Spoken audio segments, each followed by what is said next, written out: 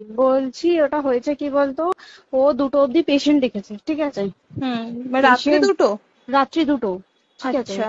2টো অব্দি পেশেন্ট দেখেছে, দেখে রুমে এসে অনলাইনে অর্ডার করে 4জন বন্ধু মিলে খেয়েছে, ডিনার হুম। করেছে। হুম। করে ও খুব টায়ার্ড ছিল, যেহেতু 36 ঘন্টা ডিউটি ছিল, হুম। টায়ার্ড ছিল। ও কি করেছে, ওই সেমিনার রুমে গিয়ে হুম। শুয়ে পড়েছে একটা রেড কালারের ব্ল্যাঙ্কেট ঢাকা দিয়ে। হুম। কিন্তু তারপরে মানে সেমিনার রুমে এমনি কি তোমাদের ওরকম সেমিনার রুমে টুমে ঘুমানো হয়? মানে আমি যদিও কোনো আইডিয়া নেই, ওই জন্য জিজ্ঞেস করছি। না, এবার একটা রেসিডেন্টের ডক্টর রুমস থাকেই, আচ্ছা। বুঝতে পেরেছিস, তারপরেও সেমিনার থাকে। এবার হুম। সেমিনারে একটা বেড থাকে, আর আচ্ছা। ডক্টরস রুমে 2টো 3টে যেরকম বড় ঘর হবে সেরকম বেড পাতা থাকে। আচ্ছা। আচ্ছা। মেনলি ডক্টরস রুমে শোয়ার কথা, ঠিক আছে। হুম। হয়েছিল কি, ওকে বডিটা পাওয়া গেছে সেমিনার রুমে, হুম। কিন্তু ঘুমাচ্ছিল ডক্টরস রুমে।